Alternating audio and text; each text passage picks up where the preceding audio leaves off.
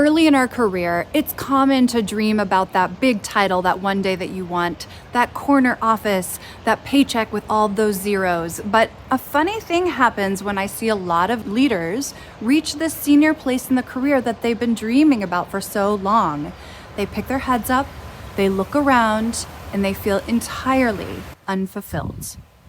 If you can relate, this week's episode of The Happy Leader is for you. In it, I'm going to share with you why you might be feeling this way, a psychological phenomenon that can explain this, a story from the Silicon Valley archives, and of course, 3 things that you can do to get yourself to a better place. Welcome to The Happy Leader. I'm Amy Sanchez, executive coach to some of the most innovative leaders and teams in Silicon Valley.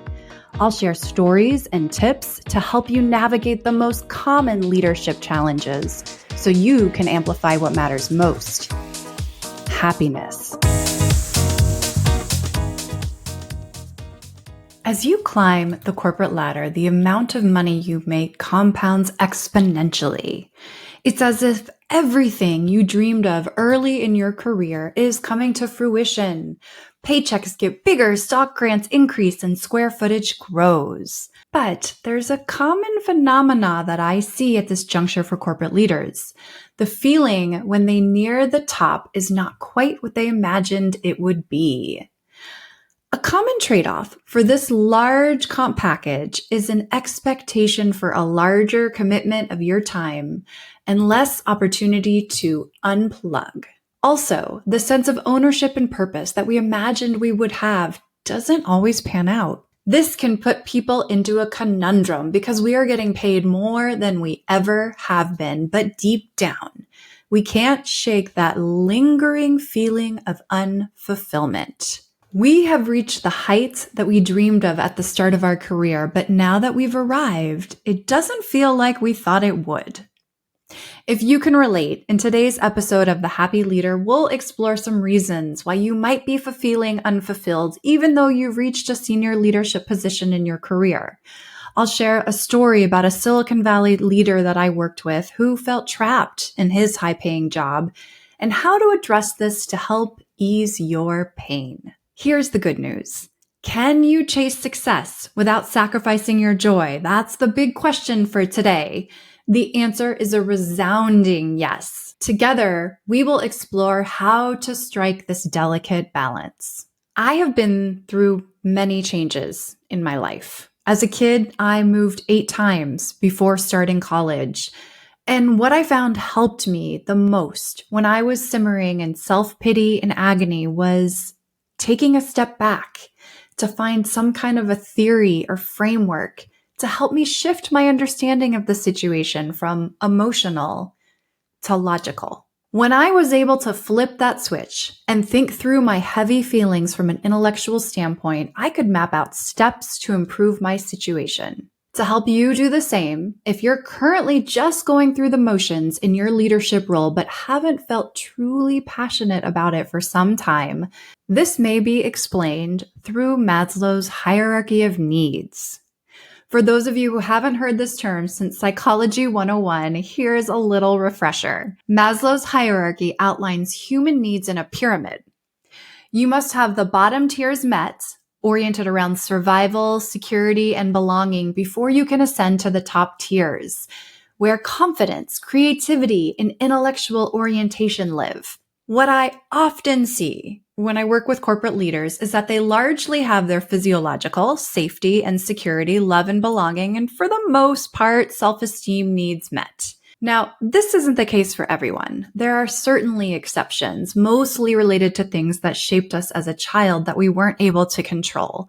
And there's no right or wrong place to be on this pyramid. The secret lies in recognizing where you are on this pyramid and using this insight to give you greater clarity around why you may be experiencing feelings of unfulfillment. This way, you can decide what is the right change to introduce. By the time the first 4 tiers of Maslow's hierarchy are satisfied, Maslow explains that we then transcend to a focus on and a need for self-actualization. This is where we strive for purpose, for meaning, for more creativity, and reaching our inner potential. This is where I see leaders no longer needing to prove their worth, largely. There are always going to be times when insecurity creeps in, but overall, they feel really confident in their abilities, and it's no longer about the money, the title, or the big corner office.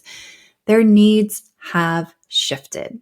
Now, I'm not saying they're ready to walk away and give up everything that they've worked hard to earn, but I am saying that you can have both. Usually, purpose starts to shift at this point. Now it's about wanting to give back, leaving a legacy, and really finding purpose in the work that you do.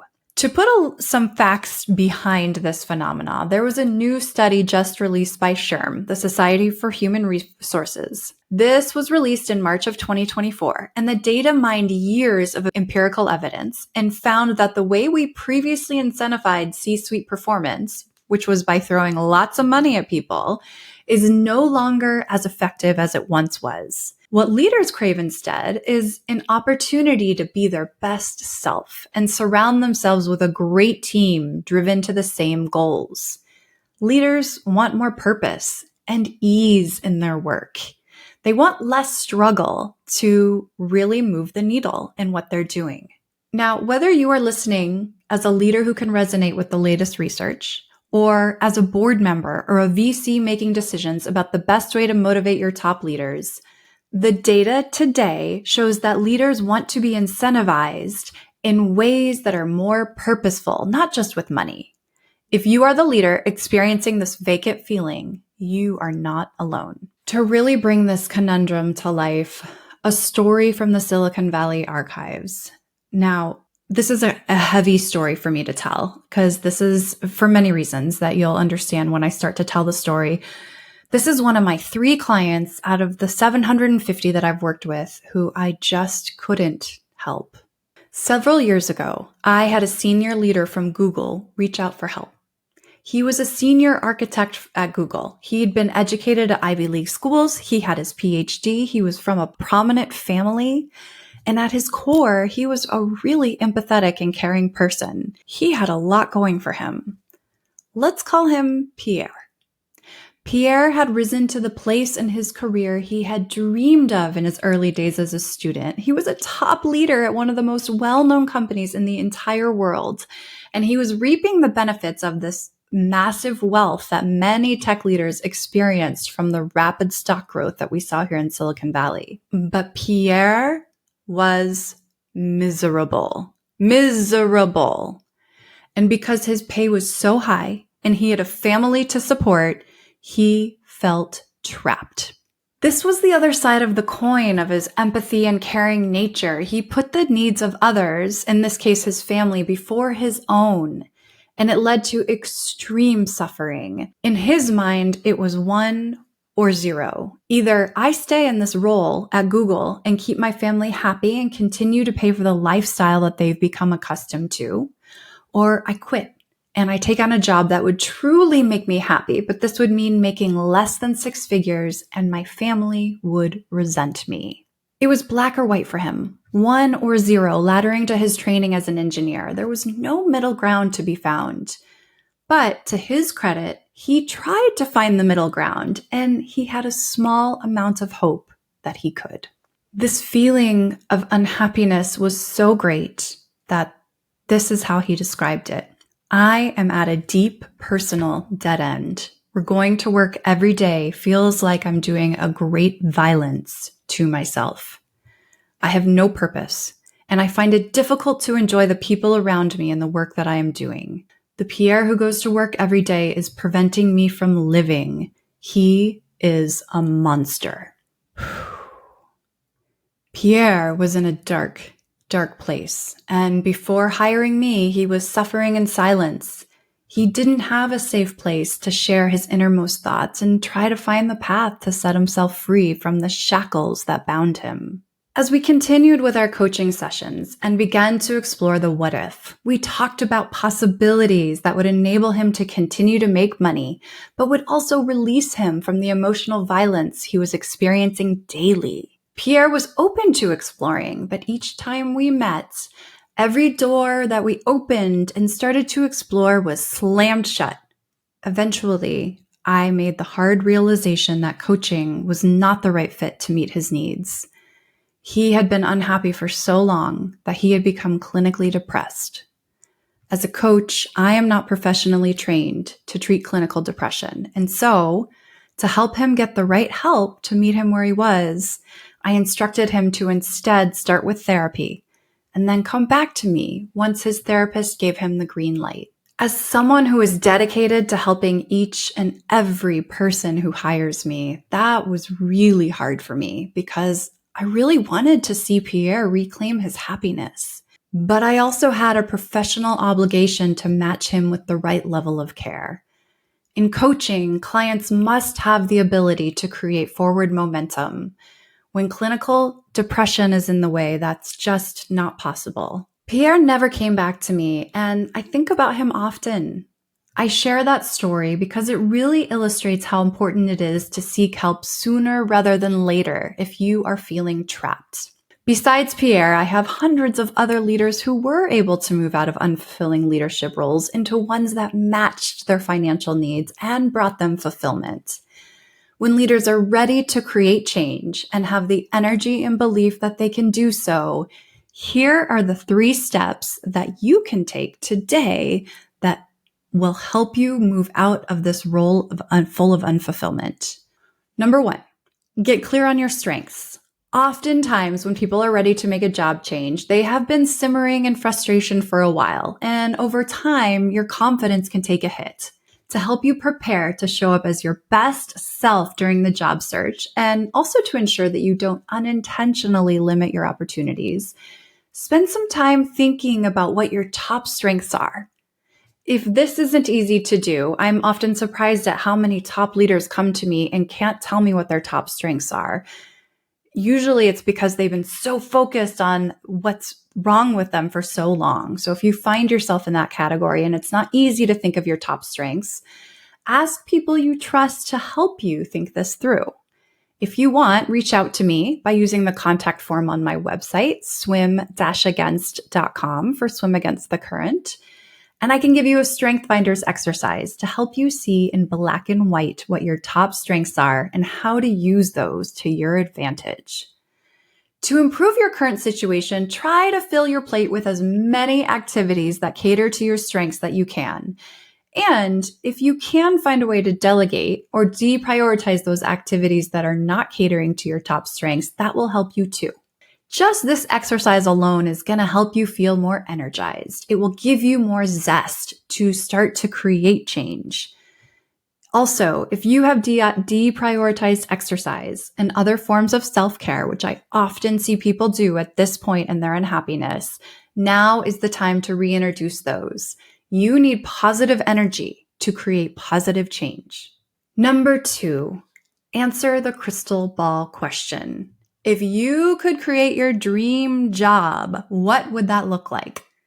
I have a great form that I use with my coaching clients called the Dream Big exercise that I take all my job changing clients through. In it, I ask them to reflect on their favorite jobs, least favorite jobs, activities they enjoy, activities that drain them, and their non-negotiables for their next role, among many other questions. You may start with these questions to get your juices flowing. And if you want the full exercise, reach out to me for coaching. The end goal of this exercise is to identify all the industries and roles that intrigue you, so you have a roadmap to guide you into the next step. Step number 3 is start networking. Now that you have a good idea of what industries, jobs, and roles you're interested in, reach out to those people you're connected to in some way who have these roles. Now, in the beginning, when people think about their network, they become really microscopic because their day is just filled with coworkers that they work with. But think really broad with this exercise. Your neighbors, your past classmates, past colleagues, people at your gym, etc. LinkedIn is a great tool to help you with this. When you reconnect with these people, ask about the reality of their roles. Use this as an opportunity to get curious and really understand what their day-to-day is like and match that to your non-negotiables. Does this fit what you're looking for?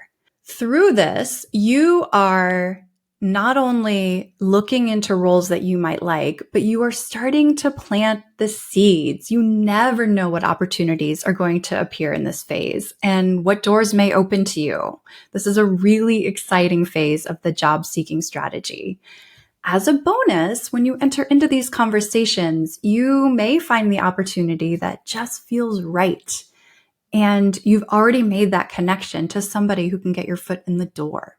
Here are some stats to consider. 70 to 80% of jobs are never posted. They're never posted. And up to 80% of jobs are filled through networking. That number climbs higher as you get into more senior leadership positions. So don't blindly drop your resume. That's old school. That's not going to get you where you need to go. Networking is where it's at. Networking is an incredibly important part of changing jobs, particularly at the senior leadership level when there are fewer jobs available. Now, if you cringe at the idea of networking, don't worry. There are things you can do to make it feel less daunting. More about that in a future episode. Remember, choosing between money and happiness is a false dichotomy. In leadership, as in life, it's possible to have both. I left a career in healthcare marketing, got accredited as a coach, and started a new company midway through my career. It was one of the best decisions I've ever made. Did I have to start from square one, and were there concerns along the way? You bet. But it paid off big time. You can do it too. It's about finding that sweet spot where your financial goals and personal fulfillment intersect. If anyone's heard of the Ikigai, that's another great exercise to help you with that. If you want help making that career transition, visit my website, swim-against.com, and apply for a discovery session. When you open yourself up to possibilities, you usher in a whole new, exciting chapter that you otherwise wouldn't have discovered. And isn't that what life's all about? Until next time, life is short. Stay happy. Thanks for listening to The Happy Leader. If you would like more information about me, Amy Sanchez, and our executive coaching and team leadership services at Swim Against the Current, visit swim-against.com. And if you liked this podcast, help others who could use the support find it by giving us a rating. Until next time, life is short. Stay happy.